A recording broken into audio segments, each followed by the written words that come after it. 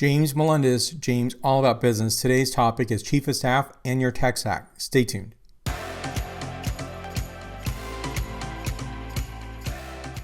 Now, the intent of this video is to really talk about the tech stack you will encounter as a Chief of Staff. So you're going to have a tech stack that is really focused in on the needs that you need to execute to.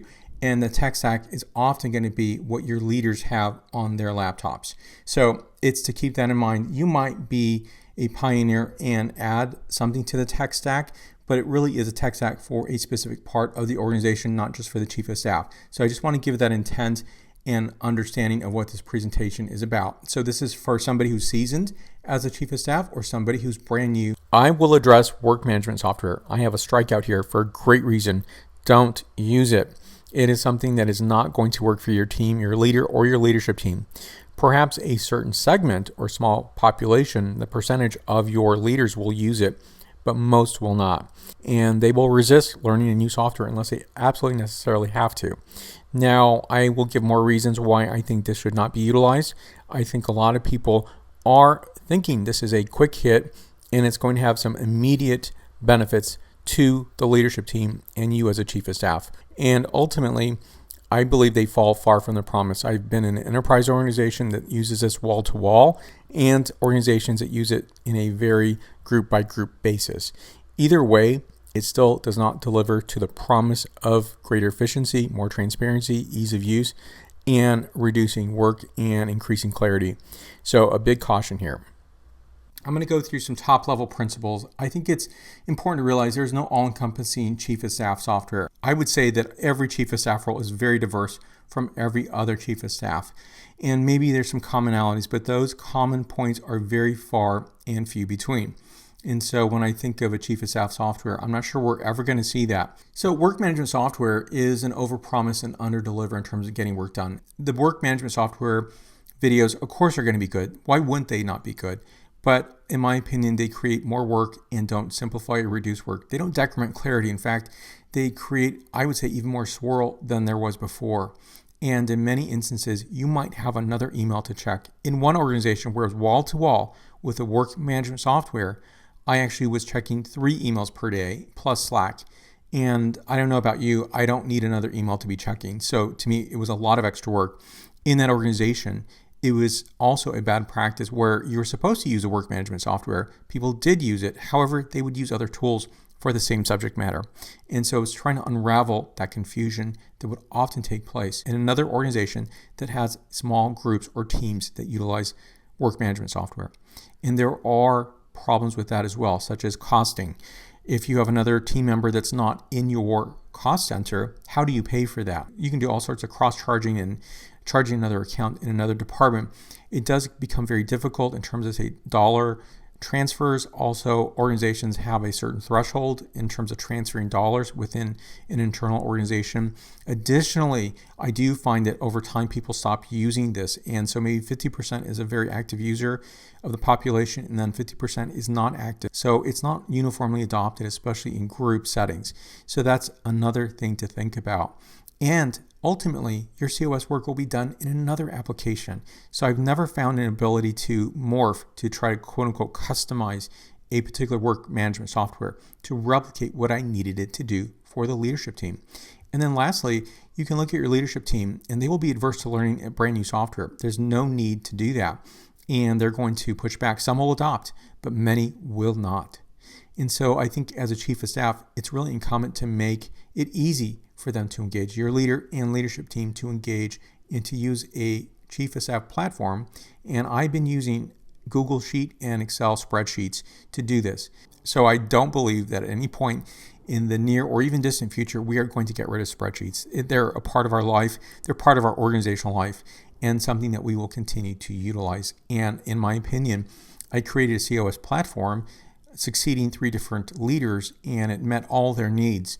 And in doing so, I think it is really the best thing to do. It doesn't add additional cost because every organization is going to have some sort of spreadsheet.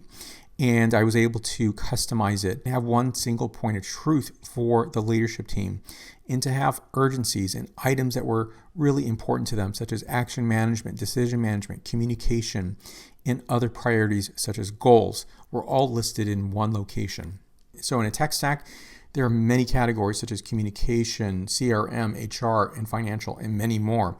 And it's really to understand, what does the organization have? On average, an organization has about 130 SaaS products. So it's really trying to understand what is being utilized, what is it being utilized for, and to asking those questions, because at some point you may have to do some analysis or maybe in a project, and to truly understand what is occurring.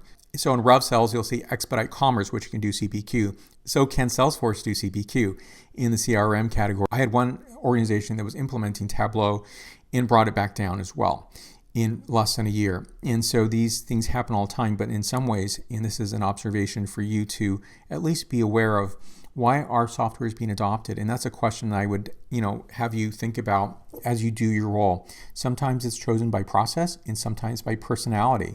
What I mean by personality is sometimes a person would say we have a particular HR software and we want to utilize it. Why do you want to utilize it? Because it worked well in our past company. Okay, that's not really a sound reason. That's based on a person's preference. It may not be fit for right or fit for purpose of your organization. Yes, those 130 may not be absolutely needed, or they might be very much needed. It just depends on the organization and depends on how they utilize that. What I do to understand the software and IT landscape is I conduct a voice of business and an intro meeting to understand what is the business doing and what does it need and what is it using software for and how is it being utilized. So these are questions you can ask on a one-on-one. So what level of access do they have to a software? For example, the Salesforce profile. What profile do they have? Now, what tiering or access might they have in an application? So maybe, as an example, Tableau. I was initially given, say, a viewer license in one organization in which I needed the desktop. I didn't know that until after utilizing and having specific needs. So I was finally upgraded. It did take a bit of time. Any recommendations or tips on the software they are using, and any requests that they get from the LT or leader on an occasional basis or a routine basis. What are they asking for? What do they need? And maybe that's something you might take over in the future, or maybe that will be with the person that you are talking with in your intro meeting. Is there a central source of truth? Most likely the answer is going to be no. It's nice to know, where does data live? Where do you need to be thinking about strategically? If I'm being asked this question, where do I go for that data? What is the best data? What is the data that is most relevant? And also just making sure you can hone in on those applications that have it and have that as your resource to do maybe a project or doing an analysis as given to you by a leadership team member or your leader. I recommend you meet with an IT executive support professional in your organization. Now, one thing I'm going to start off with by saying is make sure you have the same access level of your leader and your leadership team. In a larger enterprise organization, that's not always true. You might have a secondary or tertiary level access. You definitely want to make sure you have the same level of access of your leader and leadership team. And then make sure you ask about software and your tools. Ask for software SMEs in the organization. So while there might be, say, 30 applications you have access to, who are the people that you can go to because they're subject matter experts in that particular application? That's essential for you to know. So I do have a link I'll place up in the YouTube cards, Team Excellence video that I've completed, and it really gives a background and a view of what I've built up for a Chief of Staff. I do call it Team Excellence because this methodology can be used for other teams, such as an operational team, a project or a product team, and it's also very applicable to a leadership team. So there are suggestions and thoughts and that I've implemented and found very successful. I found it to be successful in that I've utilized this for 3 separate leaders in a very large global function of a very large enterprise organization. There are some things I like in Excel a little bit better, especially the formatting, the way it looks. And so that look and feel can be different. They do have a different way of getting things done, but they essentially do the same things. They have the same formulas. So I do think they're flexible and adaptable. So use one of these, not both, for your Chief of Staff platform. You can use this with a leadership team that is most likely going to be co-located. And so this is something they can access at any given time. And so I find this to be very important to have. So flexible, adaptable to many needs, ease of use and setting up. There's no additional onboarding except maybe you want to show them specifically where things are. It's, I would say, self-explanatory. Highlight and show what this platform looks like. You can complete conditional formatting for a heat mapping capability or very smart ways of understanding where you are in that particular spreadsheet. So I love all the flexibility and all the capabilities of both Google Sheet and Excel in terms of its formulas. They're the same. SaaS applications are never optimized to a COS role. And that's really, in some ways, very ironic. Of course, the audience is very small, but it's a very important audience, right? It's your leaders. And so this is something where I think it's important to make this as robust and meaningful and meeting the expectation of your leader and leadership team. It can be done, and it's how I think it's best to be done. And it's one way of showing transparency. It's a way of showing one place and a one-stop, say, source of truth. Now, the COS platform is excellent for creating a source of truth for the leadership team, one of the most important teams in any organization. There are some disadvantages, I would say, with Google Sheet and Excel or other spreadsheets. It may not have the appeal of a SaaS application. Totally understand that. May not look neat and pretty, but you can definitely make it usable. And I wouldn't say pretty, but you can definitely make it look sharp and crisp. And then there's manual updating. I'm not certain that we will ever move away from spreadsheets in organizations or our own personal lives or educational lives. They're here to stay. It's something that I don't think is necessarily a bad thing. And not necessarily because we are going to always be working on specific numbers or maybe a specific set of data, but it's a way of also working through larger operational needs of an organization, including chief of staff. When you sit down with your IT support professional is to look at things in terms of double checking for software and hardware. And so you want to do several things. You want to ask them to mirror your LT's applications. And there may be some you don't have access to and you will never have permission to get. You want to make sure that you're asking these questions first and foremost before you even start your role, or if you're in the role, just making sure you have that robust capability set. Also review permissions. And so maybe it's a Salesforce profile, or maybe it is a access to a certain drive. So making sure you have those permission sets in place so you can quickly access data or access information, access a presentation or document. And then request the most robust license. That's very important to do. So as I mentioned, Tableau, I should have asked for a desktop. Now I know to ask for that versus a viewer license. The next part is hardware. I always ask for a separate mobile phone. I don't want to use my personal phone as my work phone. I've never had any pushback on that. Home office needs, especially in our somewhat of a post-pandemic period, you want to make sure you have multiple screens, lighting, keyboards, anything you need to work seamlessly from your office to your home office. And then 2 computers. I always ask for 2 computers. Sometimes it's a PC and a Mac, and more likely I'm going to ask for 2 Macs. Why I'm asking for 2 Macs? It's simply if I'm facilitating, I need some to project from, a deck to project from.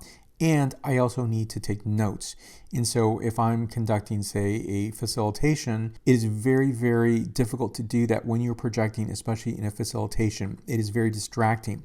And so that's why 2 computers are essential. Also, if you're helping to produce the town halls, you'll be projecting from your computer, and you also be needing to take notes and perhaps looking at any messages that might come through, maybe on Slack or email, and making sure that you are aware of that while you are conducting the town hall meeting. So very essential. Again, on this, I've never had pushback on any hardware or even software requests as a COS. First of all, please subscribe to my channel and please give a like. Share this video, ask questions down below, and you can email me on any professional services you might need and coaching.